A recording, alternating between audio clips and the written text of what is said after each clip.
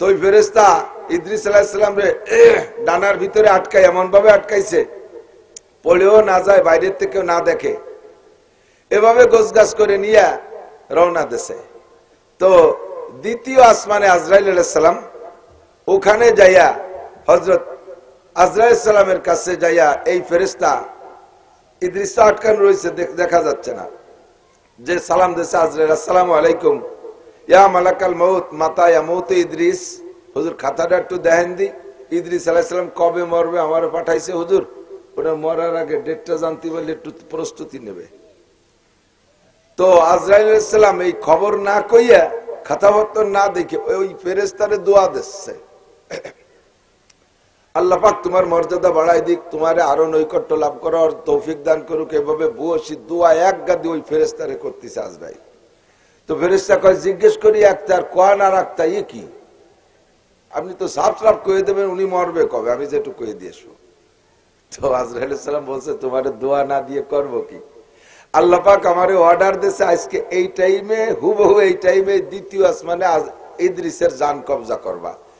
আমি বড় চিন্তায় ছিলাম যে আমার দায়িত্ব তো মানুষ মেরে দেয়া, কিন্তু ওই জায়গা মতো বয়ে নেওয়ার দায়িত্ব আমার না, বয়ে নেওয়ার দায়িত্ব সার্বিক গাড়ি, বয়ে নেওয়ার দায়িত্ব সাকুরা গাড়ি, বয়ে নেওয়ার দায়িত্ব নসিমন করিমন, ওরা নিয়ে দেবে, আমি মারিয়ে দেবো। এই দ্বিতীয় আসমানে ইদ্রিসে কোন গাড়িতে উঠে কিভাবে আনবে, আমি ভারী টেনশনে ছিলাম। তুমি এ জায়গা নিয়ে পৌঁছানোর সাথে সাথে আমি গড়িতে এই যে মিল হয়ে গেছে, তোমার সালামের আগে ইদ্রিসের জানটা আমি নিয়ে নিছি, বগলু সরে দেয় ইদ্রিস আলাইহিস সালাম মরিয়ে দিয়েছে।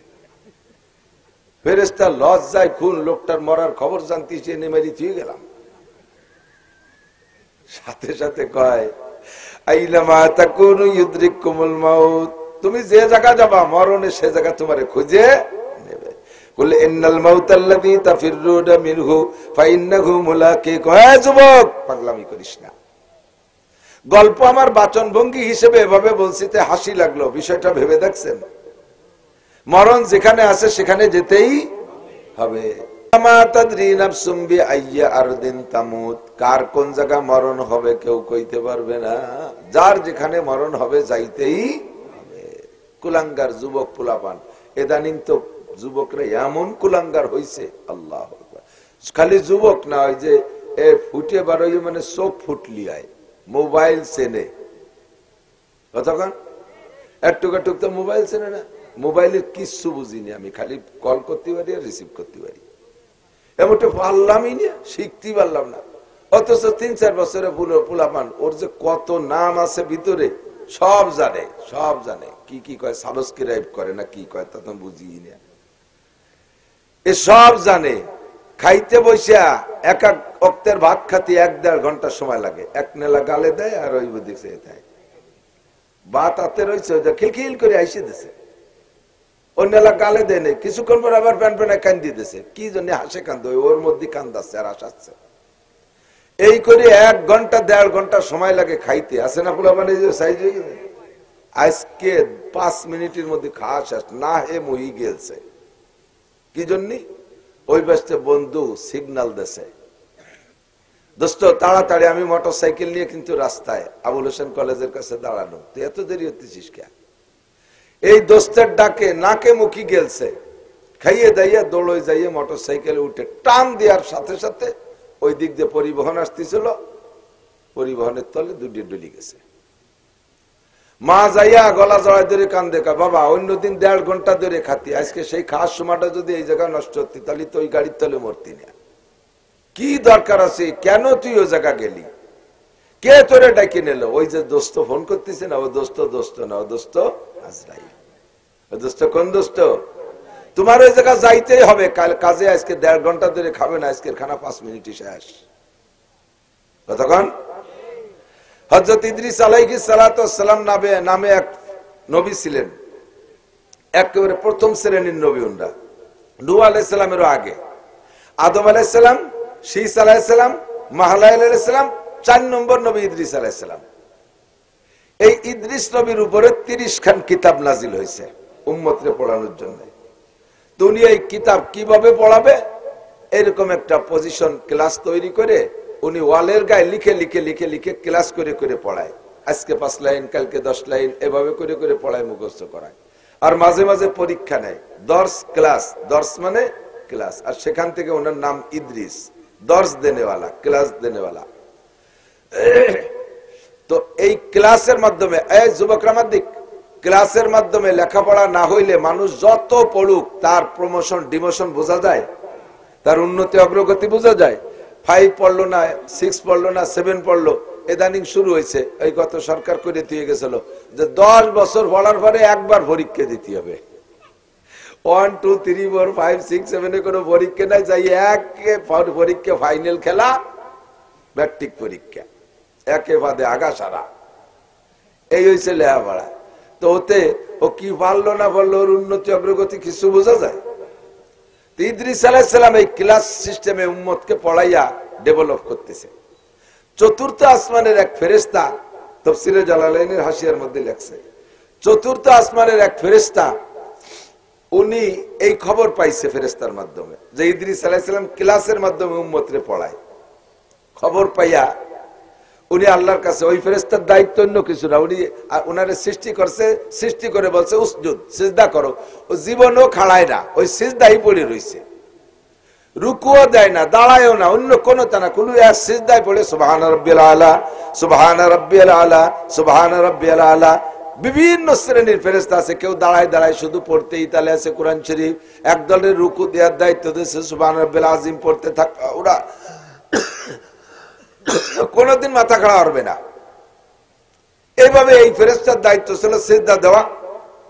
উনি সিজদার মধ্যে খবর পেয়ে কয়, আল্লাহ তুমি যদি অনুমতি দিতে আমি একটু ইদ্রিস আলাইহিস সালামের সাথে সাক্ষাৎ করতে যাইতাম।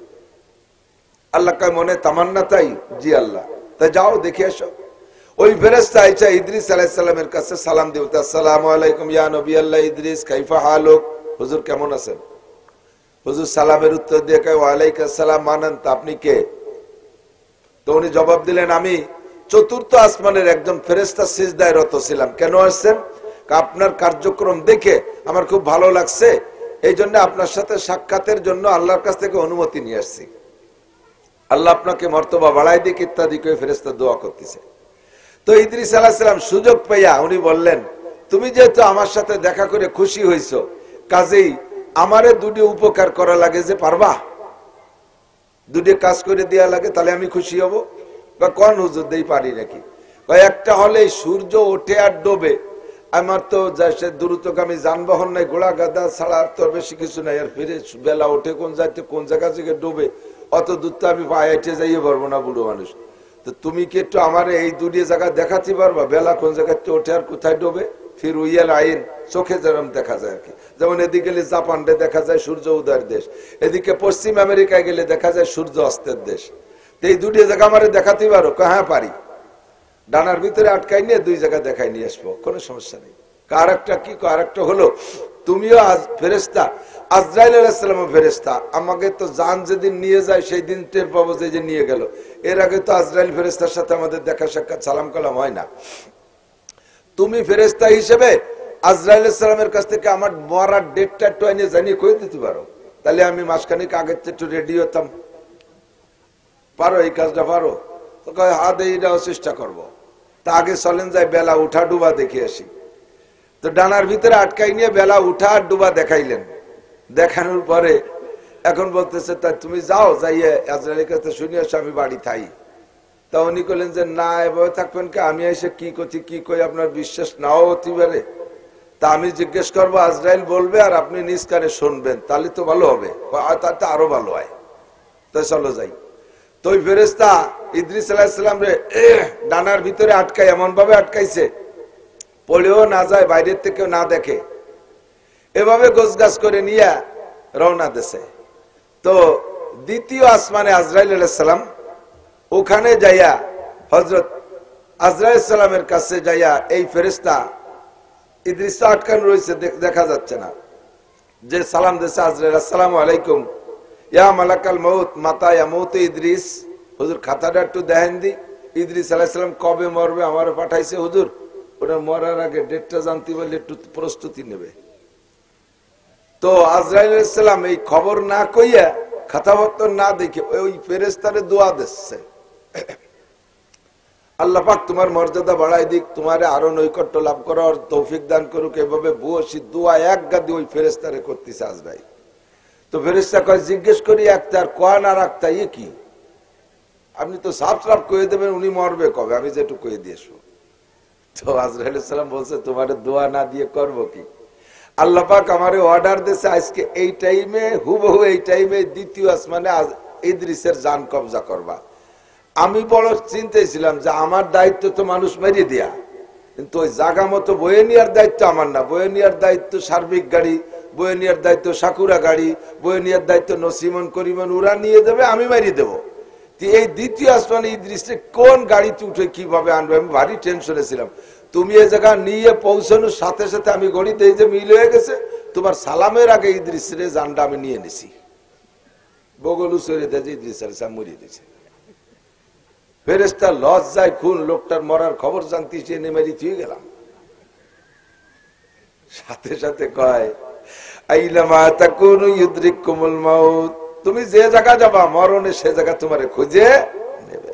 বলে ইন্নাল মাউতাল্লাযী তাফিরুনা মিনহু ফাইন্নাহু মুলাকিক। হে যুবক, পাগলামি করিস না।